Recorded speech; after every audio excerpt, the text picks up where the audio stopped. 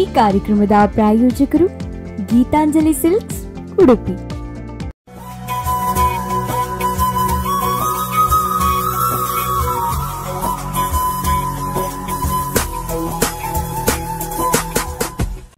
ಆತ್ಮೀಯ ಸ್ಪಂದನ ವಾಹಿನಿಯ ವೀಕ್ಷಕರೇ, ಗೀತಾಂಜಲಿ ಸಿಲ್ಕ್ಸ್ ಅರ್ಪಿಸುವಂತಹ ನಮ್ಮೂರ ಜಾಣೆ, ನಮ್ಮೂರಿನ ಪ್ರತಿಭೆಗಳನ್ನು ಅನಾವರಣಗೊಳಿಸುವಂತಹ ಈ ಕಾರ್ಯಕ್ರಮದಲ್ಲಿ ಈ ವಾರ ನಮ್ಮ ಜೊತೆ ಇದ್ದಾರೆ ನಮ್ಮೂರಿನ ಪ್ರತಿಭೆಯಾಗಿರುವಂತಹ ನೃತ್ಯ ಶಿಕ್ಷಕಿಯಾಗಿ ಕೆಲಸ ಮಾಡ್ತಾ ಇರುವಂತಹ ಒಬ್ಬ ಪ್ರತಿಭೆ. ನಮ್ಮೂರಲ್ಲೇ ಹುಟ್ಟಿ ಬೆಳೆದು ಇಲ್ಲೇ ವಿದ್ಯಾಭ್ಯಾಸವನ್ನು ಪಡ್ಕೊಂಡು ಇಲ್ಲೇ ನೃತ್ಯ ಶಿಕ್ಷಣವನ್ನು ಕೊಡ್ತಾ ಇರುವಂತಹ ಒಬ್ಬ ಪ್ರತಿಭೆ ಶ್ರುತಿ ರಾಘವೇಂದ್ರ ಭಟ್ ಅವರಿದ್ದಾರೆ. ಇವರನ್ನು ಕಾರ್ಯಕ್ರಮಕ್ಕೆ ನಾವು ಆತ್ಮೀಯವಾಗಿ ಸ್ವಾಗತಿಸಿಕೊಳ್ತಾ ಇದ್ದೇವೆ. ಶ್ರುತಿ ಅವರೇ, ಥ್ಯಾಂಕ್ ಯು. ಓಕೆ, ನಾವು ಕೇಳ್ಪಟ್ವಿ ಅಂದರೆ ಏನಂತ ಹೇಳಿದ್ರೆ ನಿಮ್ಮದು ನೃತ್ಯ ತರಗತಿಗಳು ನಡೀತಾ ಇರ್ತವೆ, ನಾವು ನೋಡಿದ್ದೇವೆ, ಪ್ರೋಗ್ರಾಮ್ಸ್ ಕೊಡ್ತಾ ಇರ್ತೀರಿ ನೀವು. ಸೊ ಯಾವ ರೀತಿ ನೀವು ಸ್ಟಾರ್ಟ್ ಮಾಡಿದ್ರಿ ಈ ಒಂದು ಜರ್ನಿಯನ್ನು ಭರತನಾಟ್ಯಂಗೆ?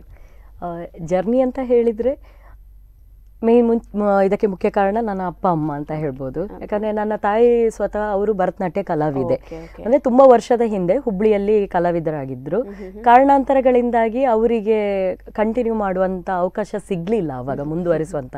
ಸೊ ಅವರಿಗೆ ಸಿಕ್ಕದನ್ನು ನನ್ನ ಮೂಲಕ ಅವರು ಕಾಣಬೇಕನ್ನೋ ಒಂದೇ ಉದ್ದೇಶದಿಂದ ನನ್ನನ್ನು ಭರತನಾಟ್ಯಕ್ಕೆ 3 ವರ್ಷ ಪ್ರಾಯದಲ್ಲಿರುವಾಗ ಹಾಕಿದ್ರು. ನಾನು ಧಾರವಾಡದಲ್ಲಿ ಹುಟ್ಟಿದ್ದು ಉಡುಪಿಯಲ್ಲಿ, ಆದರೆ ಬೆಳೆದದ್ದು ಧಾರವಾಡದಲ್ಲಿರುವಾಗ. ಆದರೆ ಸಹಜವಾಗಿ 3 ವರ್ಷ ಹೇಳಿದರೆ ತುಂಬ ಚಿಕ್ಕ ಪ್ರಾಯ, ಕಾಲು ನೋವು ಹೇಳಿಕೊಂಡು ತರಗತಿಯಿಂದ ಹಿಂದೆ ಬಂದೆ ಅಂತೆ ನಾನು. ಆದ್ಮೇಲೆ ಹತ್ರ ಅಮ್ಮನಿಗೆ ತುಂಬ ಬೇಜಾರಾಯಿತು. ಸರಿ, ಇವಳಿಗೆ ಇಷ್ಟ ಇಲ್ವೇನೋ ಅಥವಾ ಪ್ರಾಯ ಕಮ್ಮಿ ಇರ್ಬೋದು ಅಂತ ಹೇಳಿ ಬಿಟ್ಟಿದ್ರು. 5 ವರ್ಷ 6 ವರ್ಷ ಪ್ರಾಯ ಆಗುವಾಗ ಆಟ ಆಡ್ತಾ ಹೋಗ್ಬೇಕಾದ್ರೆ ಒಂದು ಕಡೆ ನನಗೆ ಗೆಜ್ಜೆ ಶಬ್ದ ಕೇಳಿತ್ತು.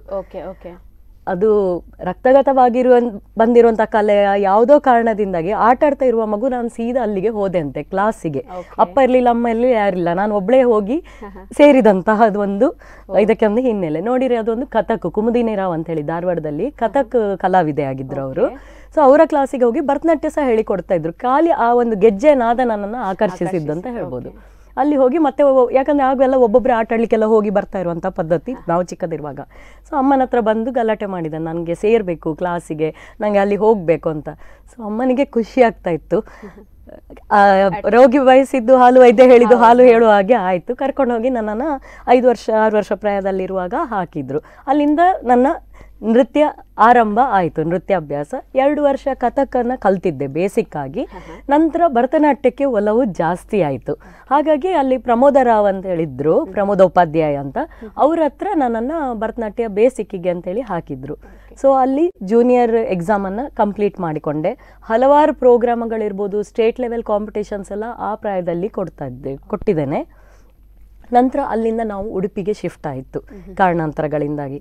ಇಲ್ಲಿ 1 ವರ್ಷ ಸುಧೀರ್ ಕೊಡವರು ಅವ್ರ ಹತ್ರ ಹೋದೆ. ಪುನಃ ಸಮಯ ಅಭಾವ ಅಂತ ಹೇಳ್ಬೋದು.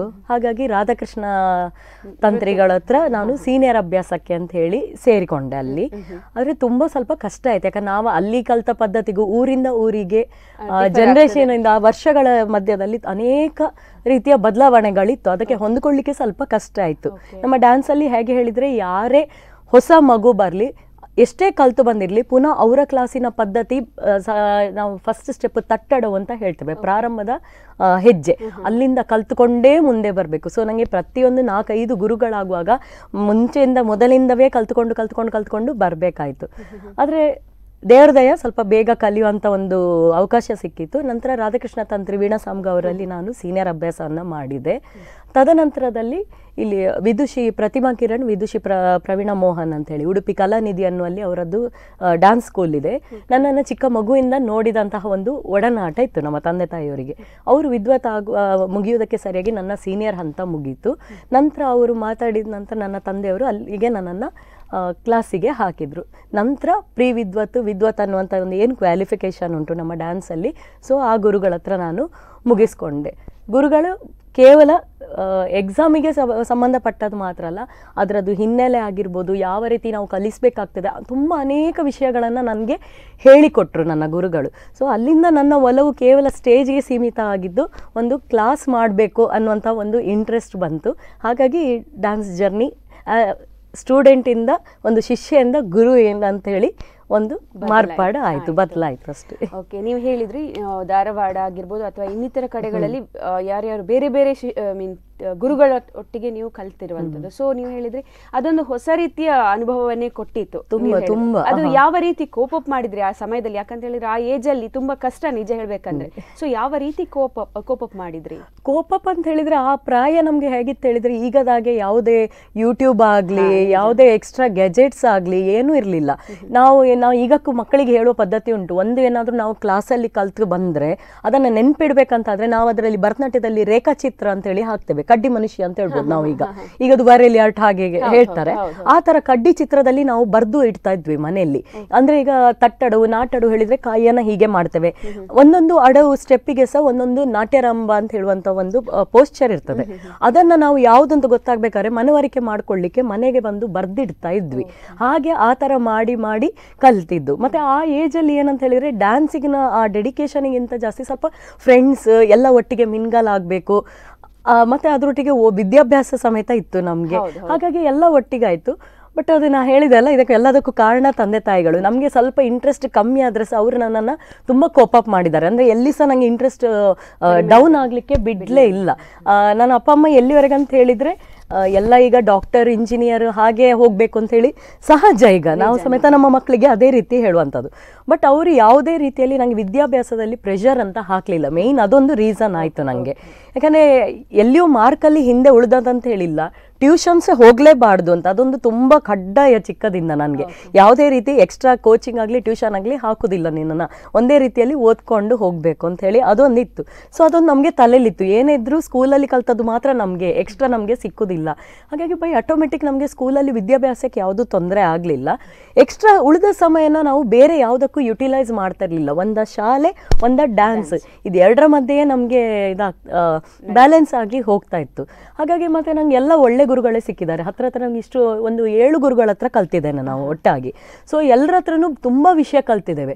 ಅನೇಕ ನೆಗೆಟಿವ್ಸ್ ಕೆಲವು ಸಹ ಕಲಿಯೋದಂತಲ್ಲ, ನಮಗೆ ಎಕ್ಸ್ಪೀರಿಯನ್ಸ್ ಆಗಿತ್ತು ಆವಾಗ. ಸಹಜ, ಏಳು ಬೀಳು ಹೇಳೋದು ಇದ್ದಂಥದ್ದೇ. ಸುಮಾರು ಅದರಿಂದ ನಮಗೆ ಕಲೀಲಿಕ್ಕೂ ಸುಮಾರು ಸಿಕ್ತು. ಮಾತ್ರ ಯಾವುದೇ ರೀತಿಯಲ್ಲಿ ನನಗೆ ಡ್ರಾಬ್ಯಾಕ್ ಆಗಲಿಲ್ಲ. ಈಗ ಏನೇ ನಮಗೆ ಆ ಟೈಮಲ್ಲಿ ನೆಗೆಟಿವ್ ಅಂತ ಬಂದರು ಅದನ್ನು ನನಗೆ ಪಾಸಿಟಿವ್ ಟರ್ನ್ ಮಾಡ್ಕೊಳ್ಳಿಕ್ಕೆ ತುಂಬ ಈಸಿ ಆಯಿತು. ಇವತ್ತಿಗೂ ನನಗೆ ಅದನ್ನು ನೆನ್ಪಿಡ್ತೇನೆ. ಅಥವಾ ಕೆಲವು ಬೈಗುಳ ಹೇಳ್ಬೋದು, ಅಥವಾ ಕೆಲವು ಬೇಜಾರು ಅನ್ನುವಂಥದ್ದು ಹೇಳ್ಬೋದು. ಯಾರು ಬೈ ಇಂಟೆನ್ಷನ್ ಮಾಡಿರೋದಿಲ್ಲ, ನಮ್ಮ ತಪ್ಪೇ ಇರ್ತದೆ ಆ ಟೈಮಲ್ಲಿ. ಬಟ್ ಆವಾಗ ಅದು ನಮಗೆ ಟ್ರಿಗರ್ ಆಗಲಿಲ್ಲ. ಅದರ ಬದಲು ಏನಾಯ್ತು ಅದನ್ನು ಪಾಸಿಟಿವ್ ಆಗಿ ತಗೊಂಡೆ ನಾನು. ಸೊ ಅದು ಒಂದು ನನಗೆ ಬೆಳವಣಿಗೆಗೆ ತುಂಬಾ ಹೆಲ್ಪ್ ಆಯಿತು ಅಂತ ಹೇಳ್ಬೋದು. ಓಕೆ, ನೀವು ಒಬ್ಬ ನೃತ್ಯ ಶಿಕ್ಷಕಿಯಾಗಿ ನಿಮಗೆ ನೀವು ಸ್ವತಃ ಸ್ಟೂಡೆಂಟ್ ಇದ್ದಾಗಲಕ್ಕೂ ಮತ್ತೆ ಈಗಿನ ಮಕ್ಕಳ ಇದಕ್ಕೆ ಯಾವ ರೀತಿ ಕಂಪೇರ್ ಮಾಡ್ಬೋದು? ಬಿಕಾಸ್ ತುಂಬಾ ಡಿಫ್ರೆನ್ಸ್ ಇದೆ. ಸೊ ಹೇಗೆ ನೀವು ಅದನ್ನು ಕಂಪೇರ್ ಮಾಡ್ಬೋದು ಅಂತ?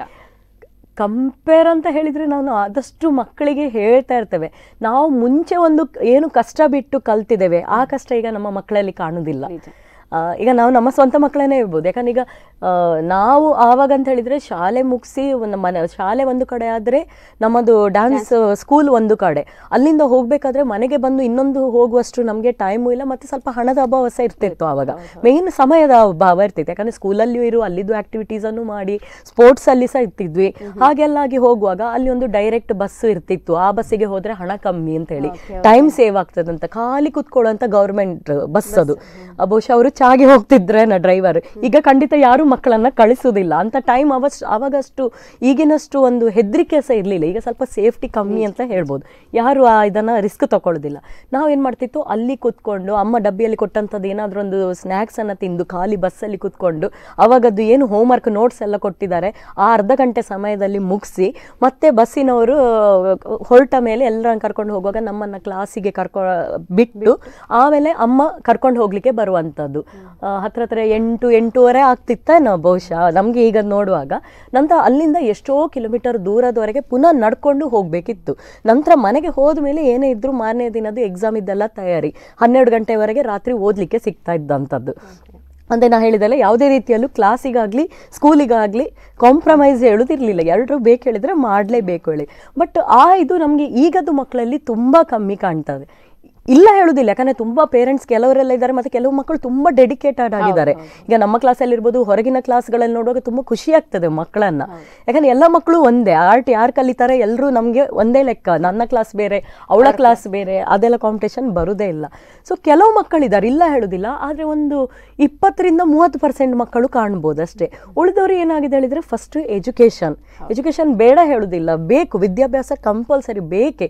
ಆದ್ರೆ ಏನಾಗ್ತದೆ ಹೇಳಿದ್ರೆ, ವಿದ್ಯಾಭ್ಯಾಸಕ್ಕೆ ಕೊಟ್ಟಷ್ಟು ಇದು ಒಂದು ಕೆಲವರಿಗೆ ಆಟಿಕೆಗೆ ಬರುವಂತದ್ದು ಅಂತ ಹೇಳಿ. ಅಂದ್ರೆ ಮನೇಲಿ ಇರ್ತಾಳೆ, ಟೈಮ್ ಪಾಸಿಗೆ ಕಳಿಸ್ತೇವೆ, ಬರ್ಲಿ. ಆದ್ರೆ ಅದನ್ನ ನಮ್ಗೆ ಕ್ಲಾಸಲ್ಲಿ ಹೇಳುವಾಗ ತುಂಬಾ ಬೇಜಾರಾಗ್ತದೆ. ಯಾಕಂದ್ರೆ ನಾವೊಂದು ಕಲ್ತ್ಕೊಂಡು ಬಂದಿರುವ ಜರ್ನಿಗೂ ಈಗ ಮಕ್ಕಳು ಟೈಮ್ ಪಾಸ್ ಹೇಳಿ ಬರುವಾಗ ಡೆಡಿಕೇಶನ್ ಕಾಣುದಿಲ್ಲ.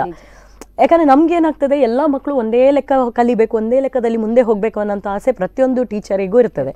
ಬಟ್ ಆಟೋಮೆಟಿಕಲಿ ಮಕ್ಕಳಿಗೆ ಡೆಡಿಕೇಶನ್ ಕಮ್ಮಿ ಆಗುವಾಗ ಮತ್ತೆ ಮುಂಚಿನಾಗೆ ಪ್ರಾಕ್ಟೀಸ್ ಕಮ್ಮಿ ಮಕ್ಕಳಿಗೆ. ಯಾಕಂದರೆ ಈಗದ್ದು ಸ್ಕೂಲಿದು ಒತ್ತಡಗಳೇ ಆ ಥರ ಇದೆ. ಯಾಕಂದರೆ ಮಕ್ಕಳ ತಪ್ಪು ಅಂತ ಸಹ ನಾವು ಹೇಳಲಿಕ್ಕಾಗೋದಿಲ್ಲ. ಸ್ಕೂಲಲ್ಲಿ ತುಂಬಾ ಆ್ಯಕ್ಟಿವಿಟೀಸ್ ಇರ್ಬೋದು, ಅಥವಾ ಈಗಿನ ಸಿಲೆಬಸ್ಸಸ್ ಇರ್ಬೋದು, ಓದುವ ಪ್ರೆಷರ್ ಇರ್ಬೋದು.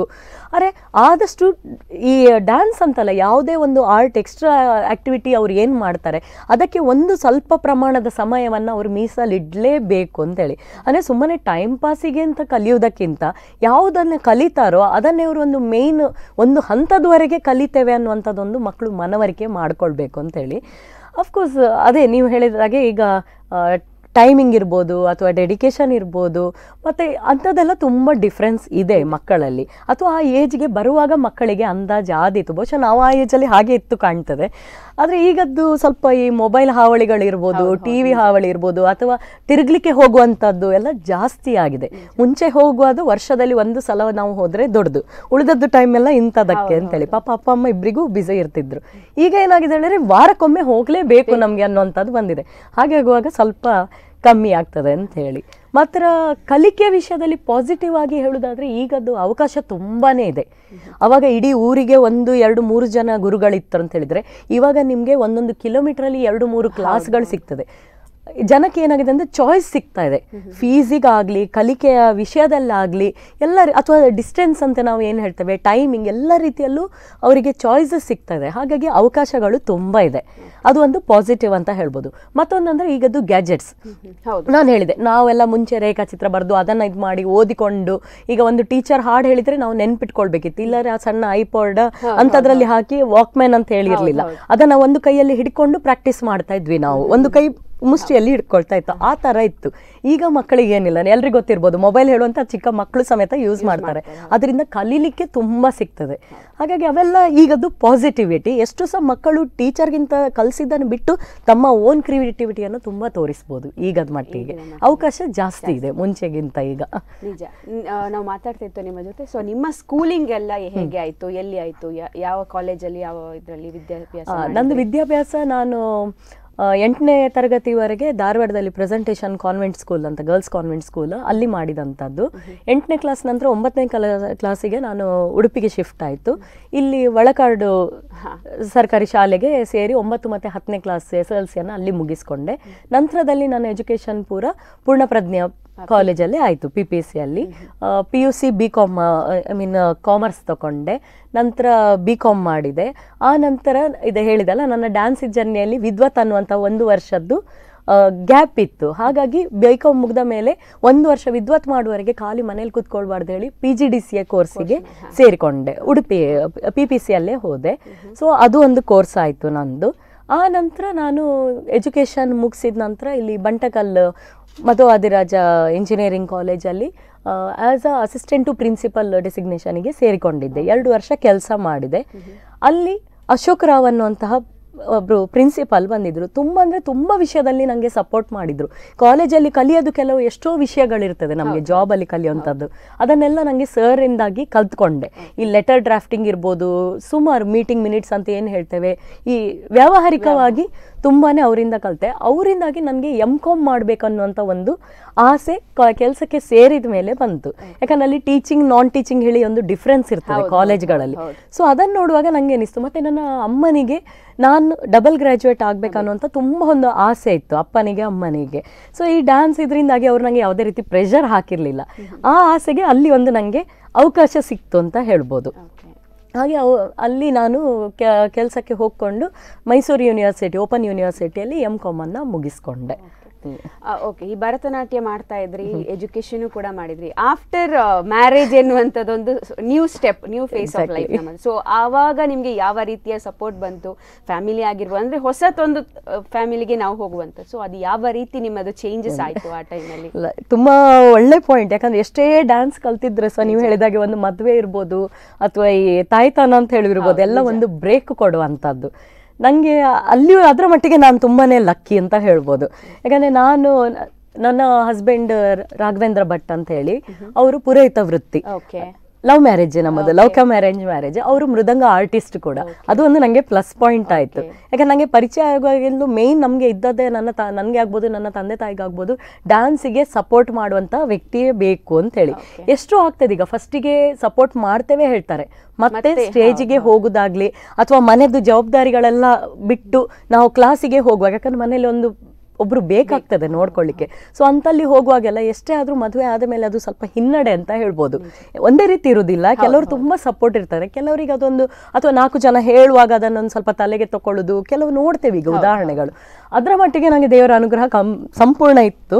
ಸೊ ನನ್ನ ಹಸ್ಬೆಂಡ್ ಅವರಿಗೆ ತುಂಬಾನೇ ಇಷ್ಟ ಡ್ಯಾನ್ಸ್ ಆಗಲಿ, ಕ್ಲಾಸಿಕಲ್ ಆರ್ಟ್ ಫಾರ್ಮ್, ಅಂದ್ರೆ ಮೂಲತಃ ಅವರು ಸಹ ಮೃದಂಗ ಆರ್ಟಿಸ್ಟೇ. ಹಾಗಾಗಿ ಇದರ ಬಗ್ಗೆ ಒಂದು ನಾಲೆಡ್ಜ್ ಸಹ ಉಂಟು, ನಾವು ಏನು ಕಷ್ಟ ಬಿಟ್ಟಿದ್ದೇವೆ ಅಂತ ಅವರಿಗೆ ಸಹ ಗೊತ್ತಾಗ್ತದೆ. ಸೊ ಅವ್ರು ಸಹ art lover, he is also art lover. So ಅವರಿಗೆ ತುಂಬ ಇಷ್ಟ ಇತ್ತು. ಕೇಳಿದೆ ಫಸ್ಟಿಗೆ ಹೀಗೆ ಕಂಟಿನ್ಯೂ ಮಾಡ್ಬೋದು ಅಂತ, ಆ ವಿಷಯಕ್ಕೆ ಏನೂ ಮಾತಾಡೋದಿಲ್ಲ ಹೇಳಿದ್ರು. ಆ ರೀತಿಯಾಗಿ ನನಗೆ ಡ್ಯಾನ್ಸ್ ಜರ್ನಿಗೆ ಯಾವುದೇ ಇದು ಬರಲಿಲ್ಲ.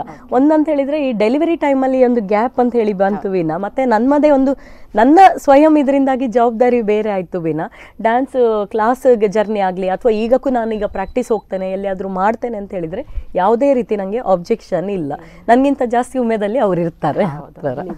ಓಕೆ, ಅದರ ನಡುವೆ ಮದುವೆ ಆಯಿತು, ತಾಯ್ತನ, ಆಬ್ವಿಯಸ್ಲಿ ಮಕ್ಕಳಾದ ಮೇಲೆ ಈ ಮಕ್ಕಳನ್ನು ನಾವು ಒಂದು ರೂಪಿಸಬೇಕು ಅನ್ನುವಂಥದ್ದು ನಮಗೆ ಇದ್ದೇ ಇರ್ತದೆ. ಯಾಕಂತೇಳಿ ಆಸ್ ಎ ಟೀಚರ್, ನೀವು ನೃತ್ಯ ಶಿಕ್ಷಕಿಯಾಗಿ ನನ್ನ ಮಗಳು ಸಹ ನನ್ನದೇ ರೂಟಲ್ಲಿ ಹೋಗಬೇಕು ಎನ್ನುವಂಥದ್ದು ಇರ್ತದೆ. ಸೊ ಯಾವ ರೀತಿ ಅವಳನ್ನು ಪ್ರಿಪೇರ್ ಮಾಡ್ತಾ ಇದ್ದೀರಿ ಈ ಟೈಮಲ್ಲಿ? ಮಕ್ಕಳಲ್ಲಿ ನನಗೆ 2 ಹುಡುಗಿಯರು. 2 ಹುಡುಗಿಯರಲ್ಲಿ ಒಬ್ಬಳು 8 ವರ್ಷ, ಈಗ 3ನೇ ಕ್ಲಾಸಲ್ಲಿ ಓದ್ತಾ ಇದ್ದಾಳೆ. 2ನೇವಳು ಸ್ವಲ್ಪ ಎಲೆಮರೆಕಾಯಿ ಅಂತ ಹೇಳ್ಬೋದು, ಮೇ ಬಿ ಏಜ್, ಯಾಕಂದರೆ ಅವಳು ಗ್ರೋ ಆಗುವಾಗಲೇ ಲಾಕ್ಡೌನ್ ಬಂತು, ಹಾಗಾಗಿ ಜನರಿಗೆ ಎಕ್ಸ್ಪೋಸ್ ಆಗ್ಲಿಕ್ಕಾಗಿಲ್ಲ. ಬಟ್ ನನಗೆ ಕುಣಿಯೋ ಕಾಲಿಗೆ ಗೆಜ್ಜೆ ಕಟ್ಟಿದಾಗೆ ಹೇಳಿ ನನ್ನ ಮೊದಲನೇ ಮಗಳು ಸಿಕ್ಕಿದಾಳೆ. ಯಾಕಂದ್ರೆ ತುಂಬಾನೇ ಇಷ್ಟ ಅವಳಿಗೆ ಈ ಕಲಿಕೆ ವಿಷಯದಲ್ಲಿರ್ಬೋದು, ಏನೇ ಆಗಲಿ ನಾವು ಒಂದು ಹಾಕಿದ ಹಾದಿಯನ್ನು ದಾಟ್ತಾ ಇಲ್ಲ, ಸ್ವಲ್ಪ ಇಂಟ್ರೆಸ್ಟು ಇದೆ ಅವಳಂತ ಹೇಳಿದ್ರೆ. ಈಗ ಮನೆಯಲ್ಲಿ ಆಬ್ವಿಯಸ್ಲಿ ಮೇಯ್ನ್ ನಮ್ಮ ಡ್ಯಾನ್ಸ್ ಟೀಚರ್ಸಿಗೆ ಒಂದು ವರ ಹೇಳಿದ್ರೆ, ನಾವು ಮನೆಯಲ್ಲೇ ಡೈಲಿ ಕ್ಲಾಸ್ ಮಾಡೋದ್ರಿಂದ ಬೈ ಆಟೋಮೆಟಿಕ್ ಮಕ್ಕಳಲ್ಲಿ ಆ ಇಂಟ್ರೆಸ್ಟ್ ಬಂದು ಬಿಡ್ತದೆ. ಸೊ ಅದೇ ನನ್ನ ಮಗಳಲ್ಲಿ ಸಹ ಇಷ್ಟ ಆಯ್ತು. ಅವಳು ಸಹ ಕ್ಲಾಸ್ ಆಗುವಾಗ ಸುಮ್ಮನೆ ಮಾಡ್ತಾ ಇದ್ಲು. 3 ವರ್ಷ ಪ್ರಾಯಕ್ಕೆ ಫಸ್ಟ್ ಒಂದು ಪ್ರೋಗ್ರಾಮ್ ಕೊಟ್ಲ ಅವಳು. ಹಾಗೆ ಅಲ್ಲಿಂದ ಅವಳದ್ದು ಡ್ಯಾನ್ಸ್ ಜರ್ನಿ ಸ್ಟಾರ್ಟ್ ಆಯಿತು. ಇತ್ತೀಚೆಗೆ ಅವಳಲ್ಲಿ ಸಂಗೀತ ಒಲವು ಜಾಸ್ತಿ ಕಾಣ್ತದೆ, ಸಂಗೀತ ಒಲವು ಜಾಸ್ತಿ ಆಗ್ತದೆ. ಹಾಗಾಗಿ ಸಂಗೀತಕ್ಕೆ ನಾನು ಪ್ರೊಫೆಷ್ನಲ್ ಆಗಿ ಅವಳಿಗೆ ಸ್ವಲ್ಪ ಒತ್ತು ಕೊಡ್ತಾ ಇದ್ದೇನೆ. ಯಾಕಂದರೆ ಡ್ಯಾನ್ಸಲ್ಲಿ ನಾವು ಇದು ಮಾಡಿದ್ದೇವೆ, ಯಾಕಂದ್ರೆ ನಾವು ಸಹ ಈಗ ಅದರದ್ದು ಎಲ್ಲ ಏಳು ಬೀಳುಗಳನ್ನು ನೋಡ್ಕೊಂಡು ಬಂದಿರೋದ್ರಿಂದ ಅದನ್ನೇ ಅವಳಿಗೆ ಸಹ ಮಾಡಬೇಕು ಹೇಳಲಿಕ್ಕೆ. ಯಾಕಂದರೆ ಅವರವರದ್ದು ಇಂಡಿವಿಜುವಲ್, ಅದರ ಬಗ್ಗೆ ನಾಲೆಜ್ ಇರಲಿ, ಬಟ್ ಅವಳಿಗೆ ಯಾವುದು ಬೇಕು ಅದನ್ನು ತಗೊಳ್ಳಿ ಅಂತ ಹೇಳುವಂಥದ್ದು. ಬಟ್ ಅವಳು ಭರತನಾಟ್ಯ ಸಹ ಇಷ್ಟ ಆಗ್ತದೆ, ಅದರೊಟ್ಟಿಗೆ ಸಂಗೀತ ಸಹ ಕಲಿತಾ ಇದ್ದಾಳೆ, ಎಲ್ಲ ಒಟ್ಟಿಗೆ ಮ್ಯಾನೇಜ್ ಮಾಡಿಕೊಂಡು ಹೋಗ್ತಾ ಇದ್ದಾಳೆ. ನಿಮ್ಮ ಸಣ್ಣ ಮಗಳು, ದೊಡ್ಡ ಮಗಳು? ದೊಡ್ಡ ಮಗಳಿಗೆ. ಹೌದು. ಈಗ ಇನ್ನು ಸಣ್ಣ ಮಗಳಿಗೆ ಅಂತದ ಇಂಟ್ರೆಸ್ಟ್ ಏನಾದ್ರು? ಇಂಟ್ರೆಸ್ಟ್ ಹೇಳಿದ್ರೆ ನಾ ಹೇಳಿದಲ್ಲ, ಎಲೆ ಮರೆಕಾಯಿ, ಮನೆಯಲ್ಲಿ ಗೊತ್ತಿಲ್ಲದ ವಿಷಯವೇ ಇಲ್ಲ. ಈಗ ಡ್ಯಾನ್ಸ್ ಆಗ್ಲಿ, ಪ್ರತಿಯೊಂದು ನಾವು ಈ ಬೇಸಿಕ್ ಹಸ್ತಗಳು ಅಂತ ಏನ್ ಹೇಳ್ತೇವೆ, ಅಥವಾ ಅಕ್ಕ ಸಂಗೀತ ಕಲಿಯುವಾಗ ಆಗಿರ್ಬೋದು, ಎಲ್ಲನೂ ಗೊತ್ತಿದೆ, ಕಲಿತಾಳೆ, ಮಾಡ್ತಾಳೆ. ಅದೇನಾ ಹೇಳಿದಲ್ಲ ಆನ್ ಸ್ಟೇಜ್ ಅಂತ ಹೇಳಿ 5 ಬೆರಳು ಒಂದೇ ರೀತಿ ಇರುವುದಿಲ್ಲ ಹೇಳುವಾಗ, ನಮ್ಮ ಸ್ವಂತ ಮಕ್ಕಳಲ್ಲೇ 5 ಮಕ್ಕಳು ಒಂದೇ ಲೆಕ್ಕ ಇರುವುದಿಲ್ಲ. ಸೊ ದೊಡ್ಡವಳು ಎಷ್ಟು ಮುಂದೆ ಸ್ಟೇಜ್ಗೆ ಹೋಗ್ತಾಳೆ, ಇವಳು ಸ್ವಲ್ಪ ಹಿಂದೆ ಇಟ್ಟು ಹಾಕ್ತಾಳೆ. ಮೇ ಬಿ ಅದು ಕೆಲವೊಮ್ಮೆ ಬೈ ಏಜ್ ಆಗಿರ್ಬೋದು, ಅಥವಾ ಈ ನಮ್ಮದು ಪ್ಯಾಂಡಮಿಕ್ ಟೈಮ್ ಅಂತ ಏನು ಹೇಳ್ತೇವೆ. ಯಾಕಂದರೆ ದೊಡ್ಡ ಮಗಳು ಅವಳಿಗೆ ನಾನು ಕೃಷ್ಣ ವೇಷಕ್ಕೆ ತುಂಬ ಕರ್ಕೊಂಡು ಹೋಗಿದ್ದೇನೆ. ಡ್ಯಾನ್ಸಿಗಿಂತ ಮುಂಚೆ ಅವಳು 1 ವರ್ಷ ಇರುವಾಗಲೇ ಕೃಷ್ಣ ವೇಷ ಹಾಕಿಸ್ತಾ ಇದ್ದೇನೆ. ನಮ್ಮ ಉಡುಪಿ ಜನತೆ ಗೊತ್ತಿರ್ಬೋದು, ಎಲ್ರಿಗೂ ಹುಟ್ಟಿದ ಮಕ್ಕಳಲ್ಲಿ ಒಂದು ಕೃಷ್ಣನನ್ನು ನೋಡುವಂಥದ್ದು ಅದೊಂದು ಭಗವಂತನ ಅನುಗ್ರಹ, ಎಲ್ರಿಗೊಂದು ಸ್ವಯಂ ಆಸೆ. ಅದೇ ರೀತಿ ನಾನು ಸಹ ಆಸೆ ಪಟ್ಟೆ. ನನ್ನ ತಾಯಿಯವರು ತುಂಬಾ ಸಪೋರ್ಟ್ ಮಾಡಿದ್ರು. ಇಬ್ಬರು ಒಟ್ಟಿಗೆ ಆ ಮಗುವನ್ನು ಎಳ್ಕೊಂಡು ಹೋಗ್ತಾ ಇದ್ವಿ. 1 ವರ್ಷ ಮಗು ನಿದ್ದೆ ಮಾಡಿ ಕಣ್ಣು ಬಿಡುವಾಗ ಅವಳನ್ನು ಸ್ಟೇಜಲ್ಲಿ ಹಾಕಿ ಬಿಡ್ತಾ ಇದ್ವಿ ಮಾಡಿದ್ವಿ. ಸ್ವಲ್ಪ ಸ್ವಾರ್ಥಿ ಅಂತ ಹೇಳ್ಬೋದು, ಬಟ್ ಅದು ತಾಯಿ ಮನಸ್ಸು. ಆವಾಗ ಅಲ್ಲಿಂದ ಅವಳಿಗೆ ಆ್ಯಕ್ಚುಲಿ ಎಕ್ಸ್ಪೋಜರ್ ಸ್ಟಾರ್ಟ್ ಆಯ್ತು. ಈ ಸ್ಟೇಜ್ ಫಿಯರೆನ್ಸ್ ಅನ್ಬೋದು, ಪ್ರೈಸ್ ಇಟ್ಸ್ ಸೆಕೆಂಡ್ರಿ, ಏನೂ ಇಲ್ಲ. ಅವರಲ್ಲಿರುವಂಥ ಒಂದು ಟ್ಯಾಲೆಂಟ್, ಆ ಸ್ಟೇಜ್ ಸೆನ್ಸ್ ಅಂತ ನಾವು ಏನು ಹೇಳ್ತೇವೆ, ಅಥವಾ ಪಬ್ಲಿಕನ್ನು ಫೇಸ್ ಮಾಡುವಂಥ ರೀತಿ, ಅದೆಲ್ಲ ಅಲ್ಲಿಂದ ಅಭ್ಯಾಸ ಆಗ್ತಾ ಹೋಯ್ತು. ಸಣ್ಣವಳಿಗೆ ಪಾಪ ಇದು ಸಿಕ್ಕಲಿಲ್ಲ, ಅವಳಿಗೆ ಬುದ್ಧಿ ಬಂದು 1 ವರ್ಷ ಆಗೋದಕ್ಕೆ ಸರಿಯಾಗಿ ಲಾಕ್ಡೌನ್ ಬಂದುಬಿಡ್ತು. ಸೊ ಇನ್ನು ನೋಡಬೇಕು ಏನು ಅಂತ ಹೇಳಿ. ಈ ಪ್ಯಾಂಡಮಿಕ್ ಟೈಮ್ ಬಂತು, ನಿಮಗೆ ಯಾವ ರೀತಿ ಎಫೆಕ್ಟ್ ಆಯಿತು ಎನ್ನುವಂಥದ್ದು ಆಸ್ ಅ ಟೀಚರ್ಸ್, ಅಂದರೆ ಮಕ್ಕಳು ಬರುವಂಥದ್ದು ತುಂಬ ಕಷ್ಟ ಆ ಟೈಮಲ್ಲಿ. ಸೊ ಹೇಗೆ ಎಫೆಕ್ಟ್ ಆಯಿತು ನಿಮ್ಮ ಕ್ಲಾಸಸ್ಸಿಗೆ? ಪ್ಯಾಂಡಮಿಕ್ ಅನ್ನುವಂಥದ್ದು ಒಂದು ತುಂಬಾನೇ ಒಂದು ಕೆಟ್ಟ ಒಂದು ಇದು ಅಂತ ಹೇಳ್ಬೋದು. ಯಾಕಂದ್ರೆ ನಮಗೆ ಒಬ್ರಿಗೆ ಅಂತಲ್ವಾ, ಎಲ್ಲರಿಗೆ ಸದಾ ಎಲ್ಲರೂ ತುಂಬಾ ಅವರವರ ಫೀಲ್ಡಲ್ಲಿ ತುಂಬಾ ಕಷ್ಟ ಅನುಭವಿಸ್ತಾರೆ. ನಾನು ಹೇಳುದುಂಟು, ಪಾಪ ಬಡವರು ಅಂತ ಹೇಳಿ ಆಗಲಿ, ಮಧ್ಯಮ ವರ್ಗ ಆಗಲಿ, ಶ್ರೀಮಂತ ವರ್ಗ ಆಗಲಿ, ಎಲ್ರಿಗೂ ಅವರವರ ಲೆವೆಲಲ್ಲಿ ಲಾಸ್ ಅನುಭವಿಸಿದ್ದಾರೆ. ಶ್ರೀಮಂತರು ಅಂತ ಹೇಳಿದ್ರೆ ಅವರಿಗೆ ದೊಡ್ಡ ಲೆವೆಲಲ್ಲಿ ಲಾಸ್ ಆಗಿತ್ತು, ಕಂಪನಿ ಆಗ್ಬೋದು. ನಾವು ಅಫ್ಕೋರ್ಸ್ ನಮಗೆ ಕಲಾವಿದರಿಗಂತೂ ತುಂಬಾನೇ ಪೆಟ್ಟು ಅಂತ ಹೇಳ್ಬೋದು. ಯಾಕಂದ್ರೆ ಈಗ ಟೀಚರ್ಸ್ ಅಂತ ಹೇಳಿದ್ರು ಸ್ಕೂಲಿಗೆ ಹೋಗ್ತಾರೆ, ಅವರಿಗೆ ಪಾಪ ಕಷ್ಟ ಆಗಿದೆ, ಬಟ್ ಹಾಫ್ ಸಂಬಳ ಅಂತ ಹೇಳ್ತಾರೆ. ಆ ಹಾಫ್ ಸಂಬಳ ಅನ್ನುವಂಥದ್ದು ಇತ್ತು. ನಾನೀಗ ಹೇಳಿದಾಗೆ, ನಾನು ನಮ್ಮ ಮನೆಯವರು, ಅವರು ಪುರೋಹಿತ ವೈದಿಕ ವೃತ್ತಿಯವರು, ನಮ್ಮದು ಕಲೆಯಲ್ಲಿ ಮುಂದೋಗುವಂಥದ್ದು. ಇಬ್ಬರಿಗೆ ಸಹ ದುಡಿಯೋ ಹುಮ್ಮಸ್ಸಿದೆ, ಉತ್ಸಾಹ ಇದೆ, ಟೈಮ್ ಇದೆ, ಬಟ್ ನಮಗೆ ಮನೆಯಿಂದ ಹೊರಗೆ ಹೋಗುವಾಗಿಲ್ಲ. 1 ವರ್ಷ 8 ತಿಂಗಳು ಅಂತ ಏನು ಹೇಳ್ತೇವೆ, 1 ವರ್ಷ ಇಲ್ಲ, ಮತ್ತೆ ಸ್ವಲ್ಪ ಸ್ಟಾರ್ಟ್ ಆಯಿತು. ಆ 8 ತಿಂಗಳು ಅನ್ನೋಂಥದ್ದು ತುಂಬಾನೇ ಕಷ್ಟ ಆಯಿತು ಮಾತ್ರ. ಯಾಕಂದರೆ ಮನೆಗೆ ಯಾವುದೇ ರೀತಿ ಇನ್ಕಮ್ ಬರೋದಿಲ್ಲ, ಕ್ಲಾಸಸ್ ಆಗ್ತಾ ಇಲ್ಲ, ಮಕ್ಕಳೆಲ್ಲ ಬರ್ತಾರಾ ಇಲ್ವ ಅಂತ ಒಂದು ಹೆದರಿಕೆ ಮೇನ್. ಅದಕ್ಕಿಂತ ಹೆಚ್ಚು ಕಲ್ತದ್ದು ಮಕ್ಕಳು ಎಲ್ಲ ಬಿಟ್ಟು ಹೋಗ್ತಾರೆ. ಒಂದಂದ್ರೆ 1 ತಿಂಗಳು ನಾವು ಡ್ಯಾನ್ಸ್ ಮಾಡಲಿಲ್ಲ ಆದರೆ ಉದಾಸೀನ. ಯಾಕಂದ್ರೆ ನಮ್ಮ ಮೈ ಕೇಳುವುದಿಲ್ಲ. ಯಾವುದೇ ಎಕ್ಸಸೈಸ್ ಆಗಲಿ ಒಂದು ಸಲ ನಾವು ಬಿಟ್ಟರೆ ಹೇಳಿದ್ರೆ ಮತ್ತೆ ಅದಕ್ಕೆ ಒಲವು ಕಮ್ಮಿ ಆಗ್ತದೆ. ಹಾಗಾಗಿ ಇದು ಖಂಡಿತ ಮಕ್ಕಳು ಪ್ರಾಕ್ಟೀಸು ಮಾಡೋದಿಲ್ಲ, ಬಿಡ್ತಾರೆ. ಈಗ ಬರುವುದು ಇಲ್ಲ ಮಕ್ಕಳು, ಅದೊಂದು ಭಯ ಇತ್ತು ಸ್ವಲ್ಪ. ಆದರೂ ಒಂದು ಕಡೆ ಎಲ್ಲೇ ಒಂದು ಆತ್ಮವಿಶ್ವಾಸ, ನನ್ನ ಮಕ್ಕಳು ನಮಗೆ ಬಂದೇ ಬರ್ತಾರೆ. ಯಾಕಂದರೆ ಆ ಟೀಚರ್ ಮಕ್ಕಳು ಹೇಳುವಂಥದ್ದು ಒಂದು ಬಾಂಡಿಂಗ್ ನಮಗೆ ಮನೆಯಲ್ಲಿ ಒಂದು ಅಮ್ಮ ಮಕ್ಕಳಿಗಿಂತ ಜಾಸ್ತಿ ಇದ್ದೇವೆ ನಾವು. ಹಾಗೆ ಅದು ತೋರಿಸ್ಕೊಳ್ಳಿಕ್ಕೆ ಆಗಲಿಲ್ಲ, ಆದರೂ ಮಕ್ಕಳಲ್ಲಿಯೂ ಇದೆ, ನನ್ನಲ್ಲಿಯೂ ಇದೆ. ಹಾಗಾಗಿ ಎಲ್ಲಿಯೂ ಒಂದು ಕಾನ್ಫಿಡೆನ್ಸ್ ಇತ್ತು. ಮತ್ತು ನಾನು ಹೇಳಿದಾಗೆ, ಯಾವುದೇ ಒಂದು ನೆಗೆಟಿವ್ ಇದ್ದರೆ ಸಹ ಅದನ್ನು ಪಾಸಿಟಿವ್ ಆಗಿ ಟರ್ನ್ ಮಾಡ್ಕೊಳ್ಬೇಕಾಗಿದ್ದು ಒಂದು ಮನುಷ್ಯನ ಗುಣ. ಸೊ ಆ ಟೈಮ್ ಏನು ಮಾಡಿದ್ವಿ, ಇಬ್ಬರು ಸಹ ತುಂಬ ಬ್ಯುಸಿ ಆಗ್ತಾ ಇದ್ವಿ, ನಾನಾಗಲಿ ನನ್ನ ಹಸ್ಬೆಂಡ್ ಆಗಲಿ. ಯಾಕಂದರೆ ಈ ಎಂಥ ಓಡುವ ಕುದುರೆ ಆಗಿತ್ತಿದ್ದು ಈ ಲೈಫ್ ಅನ್ನುವಂಥದ್ದು. ಮಕ್ಕಳಿಗಾಗಲಿ ನಮಗೆ ಸ್ವಯಂ ಆಗಲಿ ಯಾವುದೇ ರೀತಿ ಟೈಮ್ ಕೊಡ್ಲಿಕ್ಕೆ ಆಗ್ತಾ ಇರಲಿಲ್ಲ, ಮನೆ ನೋಡ್ಲಿಕ್ಕೆ ಆಗ್ತಾ ಇರಲಿಲ್ಲ. ಸೊ ಆ 2-3 ತಿಂಗಳು ಏನಿತ್ತು ಅದನ್ನು ನಮ್ಮ ಟೈಮ್ ಆಗಿ ಕನ್ವರ್ಟ್ ಮಾಡ್ಕೊಂಡ್ವಿ. ಈಗ ಅಂದರೆ ಇಂಟರ್ನೆಟ್ ಜಗತ್ತಲ್ಲಿ ಎಲ್ರಿಗೂ ಅದನ್ನು ಅನುಭವಿಸಿದ್ದಾರೆ.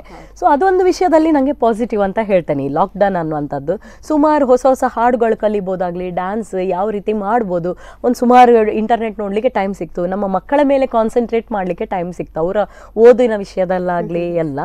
ಆ ನಂತರ ಅದೇ ನಮ್ಮ ಡ್ಯಾನ್ಸ್ ಎಕ್ಸಾಮ್ ಅನ್ನುವಂಥದ್ದು ಸ್ಟಾರ್ಟ್ ಆಯ್ತು. ಈ ಗೌರ್ಮೆಂಟಿಂದ ಪ್ರತಿ ವರ್ಷ ಡ್ಯಾನ್ಸ್ ಎಕ್ಸಾಮ್ ಇರ್ತದೆ, ಅದು ಅಕ್ಟೋಬರ್ ಸೆಪ್ಟೆಂಬರಲ್ಲಿ ಸ್ಟಾರ್ಟ್ ಆಯ್ತು. ಆಗ ಎಕ್ಸಾಮ್ ಕಟ್ಟಿದಂಥ ಮಕ್ಕಳು ಫಸ್ಟ್ ಕ್ಲಾಸಿಗೆ ಬರಲಿಕ್ಕೆ ಶುರು ಆಯಿತು.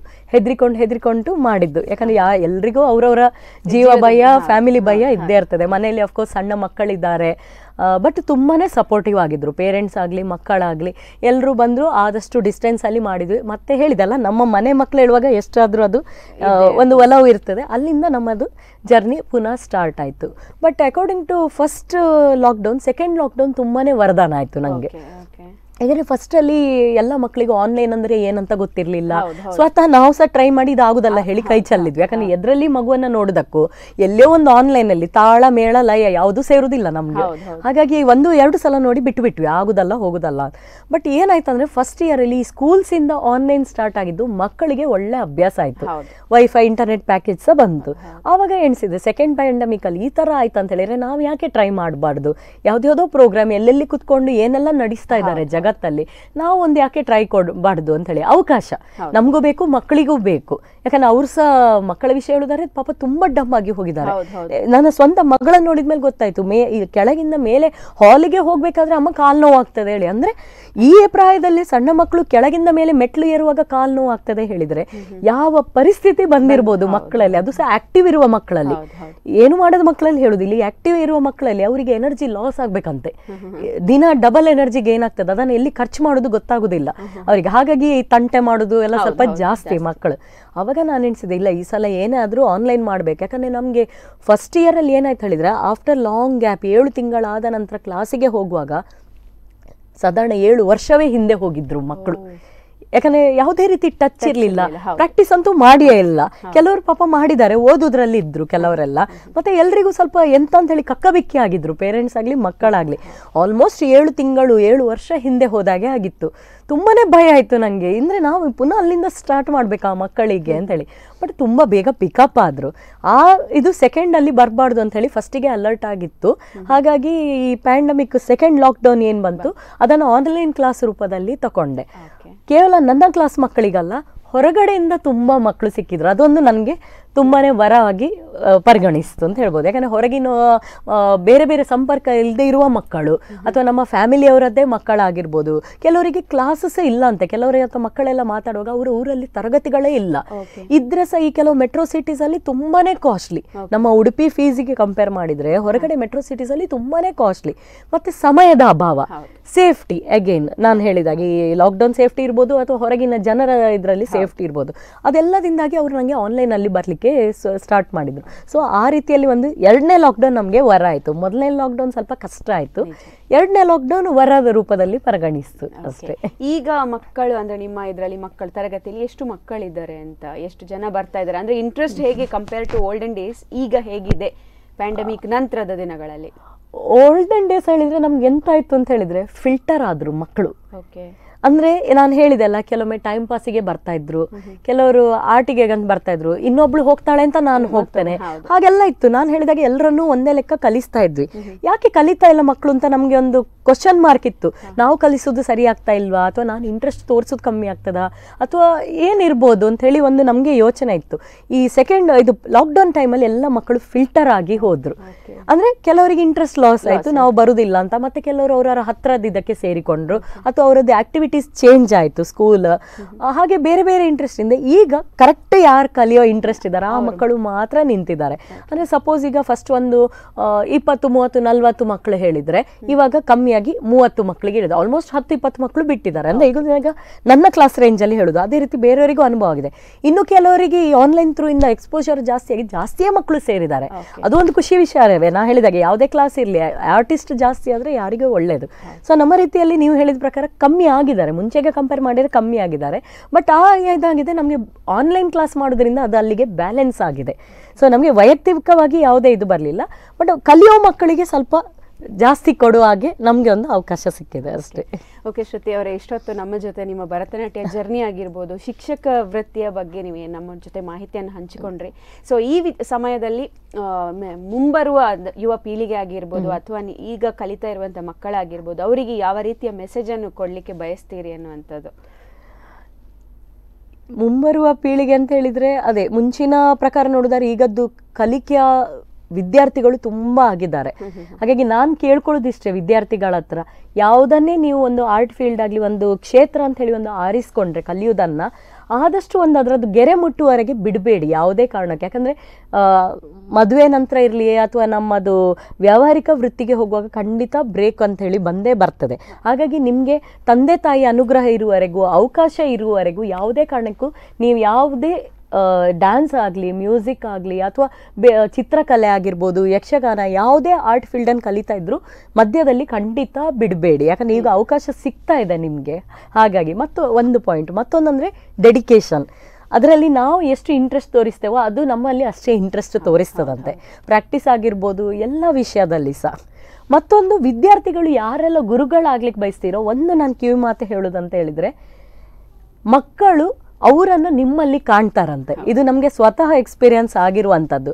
ಅಂದರೆ ನಾವು ನಮ್ಮದು ವೈಯಕ್ತಿಕ ರೀತಿ ಬೇರೆ ಇರ್ಬೋದು. ಅಂದರೆ ಈಗ ಮನೆಯದೊಂದು ಕಲ್ಚರ್ ಆಗಲಿ, ನಮ್ಮದು ಡ್ರೆಸ್ಸಿಂಗ್ ಸೆನ್ಸ್ ಆಗಲಿ ಎಲ್ಲನೂ, ಯಾಕಂದ್ರೆ ನಾವು ಖುಷಿ ಬಂದಾಗೆ ಒಂದು ಹಾಕ್ತೇವೆ ಹೇಳಿದರೆ ನಮ್ಮನ್ನು ನೋಡುವಂಥ ಕಣ್ಣುಗಳು ಸುಮಾರು ಇರ್ತದೆ. ಯಾಕಂದ್ರೆ ಈಗ ನಾನು ಇದರ ಬಗ್ಗೆ ಒಂದು ಸಣ್ಣ ಉದಾಹರಣೆ ಕೊಡಬೇಕಂತಿದ್ದೇನೆ. ನಾನು ನನ್ನ ಗುರುಗಳ ಕಾಲಲ್ಲಿ ಒಂದು ಗೆಜ್ಜೆಯನ್ನು ನೋಡ್ತಾ ಇದ್ದೆ. ತುಂಬಾ ಅಟ್ರಾಕ್ಟ್ ಆಗ್ತಾ ಇತ್ತು ನನಗೆ. ಖಂಡಿತ ಈಗಿಂತ ಒಂದು ಗೆಜ್ಜೆನ ನಾನು ತಗೊಳ್ಬೇಕು ನನ್ನ ಹಣದಲ್ಲಿ ಅಂತ ಹೇಳಿ ಒಂದಿತ್ತು. ಅದನ್ನು ನೋಡಿ ನೋಡಿ ನೋಡಿ ನಾನು ಸಂಪಾದನೆ ಮಾಡುವ ಕಾಲದಲ್ಲಿ ಅದನ್ನು ತಗೊಂಡೆ. ಖುಷಿ ಆಯಿತು, ನನ್ನ ಗುರುಗಳ ಕಾಲದಲ್ಲಿ ಇರುವಂಥದ್ದು ನಾನು ತಗೊಂಡೆ ಅಂತ. ಟು ಬಿ ಸರ್ಪ್ರೈಸ್, ನಾನು ಚಿಕ್ಕದಿಂದ ನನ್ನ ಹತ್ರ ಬರ್ತಾ ಇರುವಂಥ ಒಂದು ಮಗು, ಇವಾಗ ಅವಳು 2nd ಇಯರ್ ಡಿಗ್ರಿ, ದೀಕ್ಷಾ ಅಂತ ಹೇಳಿ ಕಂಟಿನ್ಯೂ ಮಾಡ್ತಾ ಇದ್ದಾಳೆ. ಅವಳೀಗ ಮೊನ್ನೆ ಕ್ಲಾಸಸ್ ಎಲ್ಲ ಕೆಲವು ಮಾಡ್ತಾ ಇದ್ದಾಳೆ. ಹಾಗಾಗಿ ಅವಳದ್ದು ಅಂತೇಳಿ ಸಂಪಾದನೆ ಸಹ ಮಾಡಿದ್ಲು. ಮುಂಚೆಯಿಂದ ಅವಳು ನನ್ನ ಕಾಲಲ್ಲಿ ಆ ಗೆಜ್ಜೆಯನ್ನು ನೋಡ್ತಾ ಇದ್ಲಂತೆ. ಹಾಗಾಗಿ ಆಸೆಯಲ್ಲಿ ಅವಳು ತಕೊಂಡು ಈಗ ಹಾಕ್ತದಾಳೆ. ಇದೊಂದು ಚಿಕ್ಕ ಉದಾಹರಣೆ. ಅಂದ್ರೆ ಮಕ್ಕಳು ಅವರ ಗುರುಗಳಲ್ಲಿ ಕಾಣ್ತಾರೆ. ನಾವು ಏನೇ ಮಾಡೋದಾದ್ರೂ ನಮ್ಮನ್ನ ನೋಡಿ ಅನುಸರಿಸುವಂತ ಮಕ್ಕಳು ತುಂಬಾ ಜನ ಇರ್ತಾರೆ. ಹಾಗಾಗಿ ಮುಂಬರುವಂತ ಪೀಳಿಗೆಗೆ ಅದು ಒಂದು ಕಿವಿ ಮಾತು. ಗುರುಗಳಾಗಿರ್ಬೋದು, ಯಾವುದೇ ಇರಲಿ, ನಮ್ಮನ್ನು ಸ್ಟೇಜ್ ಮೇಲಾಗ್ಲಿ ಅಥವಾ ಕಲಿಯೋ ಸಂದರ್ಭದಲ್ಲಾಗ್ಲಿ ಅಥವಾ ಕ್ಲಾಸಸ್ ಮಾಡೋ ಸಂದರ್ಭದಲ್ಲಾಗಿ ನಮ್ಮನ್ನು ನೋಡಿ ಕಲಿಯುವಂಥವ್ರು ತುಂಬಾ ಜನ ಇರ್ತಾರೆ. ಹಾಗಾಗಿ ಜಾಗ್ರತೆಯಲ್ಲಿ ಅವರಿಗೆ ಒಂದು ಮಾದರಿಯಾಗಿ ಉದಾಹರಣೆ ಆಗಿ ಬದುಕಬೇಕು ಅಂತ ಹೇಳಿ ಅಷ್ಟೇ. ಓಕೆ ಶ್ರುತಿ ಅವರೇ, ನಿಮ್ಮ ಜೊತೆ ಮಾತಾಡಿ ನಮಗೆ ತುಂಬ ಖುಷಿ ಆಯಿತು. ಇದೇ ರೀತಿ ನಿಮ್ಮ ಕ್ಲಾಸ್ಗಳು ನಡೀತಾ ಇರಲಿ. ನಿಮ್ಮ ಆಸೆ ಏನಿದೆ ಅಥವಾ ಮಕ್ಕಳಿಗೆ ಕೊಡುವಂಥ ಶಿಕ್ಷಣ ಏನಿದೆ ಭರತನಾಟ್ಯ, ಇದು ಇನ್ನಷ್ಟು ಜಾಸ್ತಿಯಾಗಿ ಬರಲಿ. ಅಂದರೆ ಮಕ್ಕಳಿಗೆ ಮಾಡ್ತಾ ಹೋಗಿ ನೀವು. ಸೊ ಯಾಕೆ ಅಂತ ಹೇಳಿದರೆ ಈಗಿನ ಜನಾಂಗದವರಿಗೆ ಅದೆಷ್ಟೋ ಭರತನಾಟ್ಯ ಆಗಿರ್ಬೋದು ಅಥವಾ ಯಾವುದೇ ಆರ್ಟ್ ಫಾರ್ಮ್ ಆಗಿರ್ಬೋದು ಇಂಟ್ರೆಸ್ಟೇ ಎನ್ನುವಂಥದ್ದು ಕಡಿಮೆ ಆಗ್ತದೆ. ಅಂಥ ಸಂದರ್ಭದಲ್ಲಿ ನೀವೊಂದು ಮಕ್ಕಳನ್ನು ಗುಂಪು ಮಾಡಿಕೊಂಡು ಅವರಿಗೆ ಕ್ಲಾಸ್ ಕೊಡ್ತಾ ಇದ್ದೀರಿ. ಸೊ ಇದೇ ರೀತಿ ನಿಮ್ಮ ಕ್ಲಾಸಸ್ ನಡೀತಾ ಇರಲಿ. Thank you so much for coming. ನಿಮ್ಮದು ಏನು ಆಸೆ ಆಕಾಂಕ್ಷೆಗಳೆಲ್ಲ ಈಡೇರಲಿ ಅಂತ ನಾವು ಸ್ಪಂದನ ವಾಹಿನಿಯ ಪರವಾಗಿ ಹೇಳ್ತಾ ಇದ್ದೇವೆ. Thank you so much. All the best for your future. ತುಂಬಾ ಧನ್ಯವಾದ. ಈ ನಮ್ಮೂರ ಜಾಣೆ ಅನ್ನುವಂಥ ಒಂದು ಕಾರ್ಯಕ್ರಮದಲ್ಲಿ ನಮ್ಮನ್ನ ಗುರುತಿಸಿ, ಪ್ರತಿಭೆ ಅಂತ ಹೇಳುವುದಿಲ್ಲ, ನಾವು ಮಾಡುತ್ತಿರುವಂಥ ಒಂದು ಚಿಕ್ಕ ಕಾರ್ಯವನ್ನು ಗುರುತಿಸಿ ನಮ್ಮನ್ನು ಇಲ್ಲಿವರೆಗೆ ಕರೆಸಿ ನಮ್ಮ ಅಭಿಪ್ರಾಯವನ್ನು ನಿಮ್ಮೊಟ್ಟಿಗೆ ಹಂಚಿಕೊಳ್ಳಿಕ್ಕೆ ಒಂದು ಅವಕಾಶವನ್ನು ಕಲ್ಪಿಸಿಕೊಟ್ಟಿದ್ದೀರಿ. ಹಾಗಾಗಿ ನಿಮಗೂ ಸ್ಪಂದನ ವಾಹಿನಿಯವರಿಗೂ ನನ್ನ ಕಡೆಯಿಂದ ಹೃತ್ಪೂರ್ವಕ ವಂದನೆಗಳು. Thank you so much. Thank you. ನೋಡಿದ್ರಲ್ಲ ವೀಕ್ಷಕರೇ, ಈ ವಾರ ಗೀತಾಂಜಲಿ ಸಿಲ್ಕ್ಸ್ ಅರ್ಪಿಸುವಂತಹ ನಮ್ಮೂರ ಜಾಣೆ ಕಾರ್ಯಕ್ರಮದಲ್ಲಿ ನಮ್ಮ ಜೊತೆ ಇದ್ದರು ನೃತ್ಯ ಶಿಕ್ಷಕಿ ಶ್ರುತಿ ರಾಘವೇಂದ್ರ ಭಟ್. ಇದೇ ರೀತಿ ಪ್ರತಿ ವಾರ ಒಬ್ಬೊಬ್ಬ ಪ್ರತಿಭೆಗಳನ್ನು ಅನಾವರಣಗೊಳಿಸ್ತಾ ಇರ್ತೇವೆ. ಅಲ್ಲಿವರೆಗೆ ನೋಡ್ತಾ ಇರಿ ಸ್ಪಂದನ ವಾಹಿನಿ. ನಾನು ಪಲ್ಲವಿ ಸಂತೋಷ್. ಈ ಕಾರ್ಯಕ್ರಮದ ಪ್ರಾಯೋಜಕರು ಗೀತಾಂಜಲಿ ಸಿಲ್ಕ್ಸ್, ಉಡುಪಿ.